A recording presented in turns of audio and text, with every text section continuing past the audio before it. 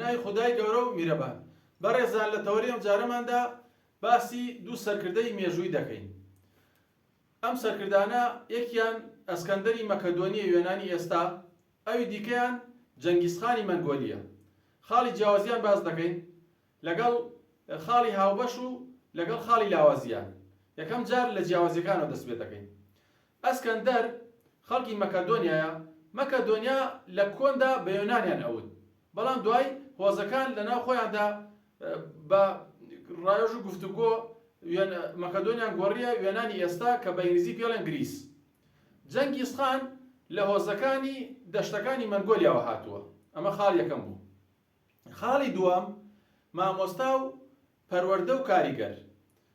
ئەسکەندەر مامۆستاکەی ئەرستۆتالیسە، پەروەردەی پاشایەتی فەلسەفیە. جەنگیزخان لە سەختی ژیان و جەنگی نێو هۆزەکانەوە هاتووە، لەوە هەڵقوڵاوە و هاتووە. خاڵی سێمان شێوازیان. ئەسکەندەر فالانگ و سواری قورسە. فالانگ چییە؟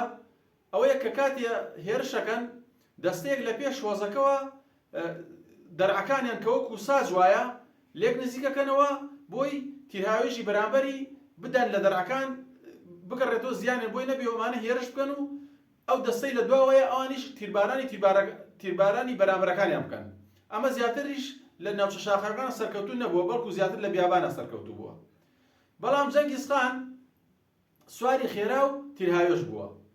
خاڵی چوارەمیان استراتیجی. ئەسکەندەر استراتیجی پیلانی ڕاستەوخۆ و تەکنیکی مەیدانی هەبووە، بەڵام جەنگیزخان ترس و فێڵ و توندڕەیی بووە. خاڵی پێنجەم مامەڵەکردن لەگەڵ دوژمندا.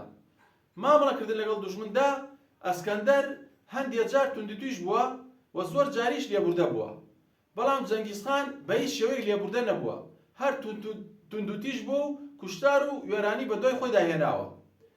خاڵی شەشەمیان مامەڵەکردن لەگەڵ کەلتوردا. ئەسکەندەر یەکگرتنی کەلتورەکانی تێکەڵە کرد، ڕۆشنبیر بوو، بەڵام جەنگیزخان هەر لەسەر زیاتری دەسەڵات و فراوانخوازیەکەی خۆی ئەڕۆیشت. خاڵی حەوتەمیان ئامانج. ئەسکەندەر ئامانجی ئیمپراتۆریەتێکی جیهانی بوو لەسەر ڕێباز و پەیڕەوی هیلینزم، واتە پەرە بە هێلینزم و لەسەر ئەو دەستورە بڕات و پەرەی پێ بدات. بەڵام جەنگیزخان یەکگرتنی مەنگۆلیا و قەڵەمڕەوی و فراوانخوازیەکەی، واتە حتاکم کوێ بڕات هەر کەلتور و دابوونەریتی مەنگۆلی بەسەر جیهانە بسەپێنێ. خاڵی هەشتەم فراوانی ئیمپراتۆریەتەکەی.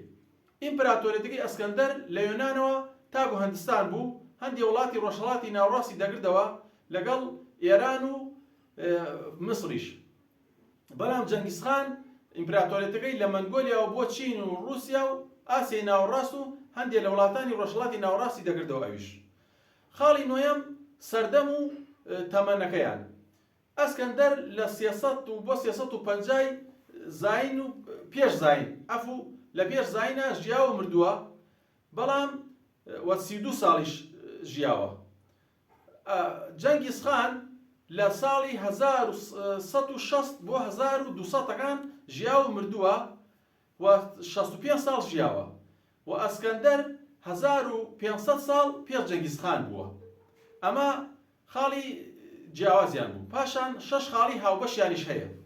خاڵی یەکەمیان هەردووکیان ئیمپراتۆریەتەکەیان فراوان بوو، هەردووکیان نبوغی سەربازیان هەبوو، لە تەمەنی گەنجێتیدا دەستکەوتی گەورەیان بەدەستێنا. نبوغ واتە فیراست، واتە زیرەکی و قودرە و بەتوانا و بەڕێوەبردنی سەربازی. خاڵی سێم هەردووکیان هەر بە خێرایی سوپایان ئەجوڵان و هێرشیان دەست پێ کرد. خاڵی چوارەم هەردووکیان کاریگەری کەسێتیان هەبوو بەسەر سەربازەکانیانەوە. خاڵی پێنجەم هەردووکیان بە ترس و دەنگۆی سەربازەکانیان هێزەکانیان دوژمنیان لاواز دەکرد. خاڵی شەشەم هەردووکیان ئیمپراتۆریەتەکەیان دوای خۆی پوکایەوە، یعنی زوو دابەش بوو. پاشان خاڵی لاوازیان. جەنگیزخان خاڵی لاوازیەکەی ئەوە بوو کە پشتی بە ترس و توندڕەوی دەبەست، ئەمەیشە دوژمنکاری لای هۆزەکان و نەتۆکانیەتی دروست کرد. خاڵی دووەمی جەنگیزخان وەکو وتمان نبوغ بەڕێوەبردنی سەربازی هەبوو، بەڵام هیچ بەڕێوەبردنێکی مەدەنی و فەلسەفی و شارستانی نەبوو. ئەمەی شەوای دەکرد لەگەڵ شاردا هەڵ نەکات دوورە شار بوو ئەو زیاتر لە دەشتا ئەژیا. خاڵی سێمی جەنگیستانەوەی نەیتوانی وەکو یۆنانیەکان کەلتورێکی یەکگرتوو پێک بێنێ. ئەسکەندەر خاڵی لاوازی چییە؟ ئەوش خاڵی لاوازیەوەیە ئەسکەندەر عاتفیانە بە تووڕەی خۆ بە لوودبەرزیەوە بڕیاری ئەدا و هاوڕێی خۆی ئەکوشت. خاڵی دووەمیان ئەوە بوو کە تەمەنی کورد بوو نەیتوانی ئیمپراتۆریەتێکی فراوان پێک بێنێ. کاتی ئیمپراتۆریەتیش فراوان بوو سەربازەکانی لە دوورە وڵاتان دوورۆکەوتن هەرێکە لە وڵاتێک ئەمە ئاگای لیان نەما ئەمەی گیر و گرفتی لە بەردەم ئیمپراتۆریەتیە دروست کرد. خاڵی سێمی ئەسکەندەر لە دوای تەمەنیا دەستی کردە مەی خواردنەوە.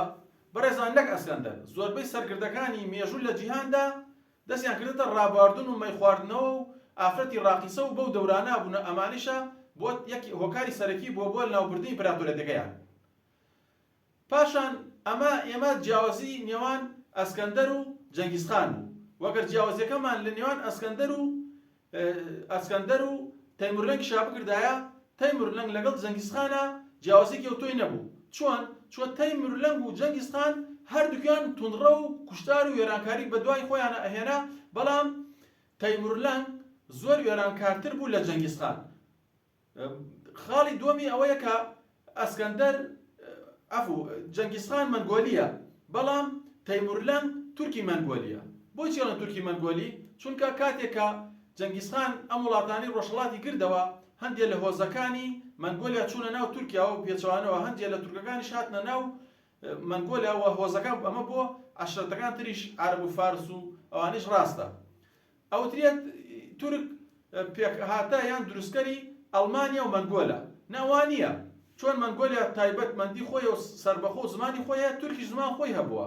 تورک لە ئاسیای ناوەڕاست و چوو بۆ ئەنادۆڵ دوای پەریانسەن. خاڵی دووەمەوە بوو تەیمورلەنگ پشتی بە سەربازی ئەبەست بەڵام جەنگیزخان یاسایی و قانونی دائەنا. هەروەک چۆن وتمان ئەسکەندەر ڕۆشنبیرتر بوو لە جەنگیزخان، جەنگیزخانیش ڕۆشنبیرتر بوو لە تەیمورلەنگ. خاڵی سێمی ئەوەی کە لە نێوانم دوو سەرکردا مەنگۆلیای هەبوو تەیمورلەنگ موسڵمان بوو بەڵام جەنگیزخان ئاینێکی باوەڕی بەخۆی ئاسمان هەبوو، ئاینێکی تایبەتی خۆی هەبوو و تەسامحی ئاینی هەبوو. یعنی ڕێگەی بە ئاینەکانەدا بانگەشە بۆ ئاینەکەی خۆیان بکەن و جێگر و سابت بن بەسۆر ئاینی بەسەر کەسا نەئەسەپان. بەڕێزان ئەمە تەنها هەندێک کوڵکردنەوە بوو ڕوونکردنەوە بوو لەسەر ئەم سەرکردانە.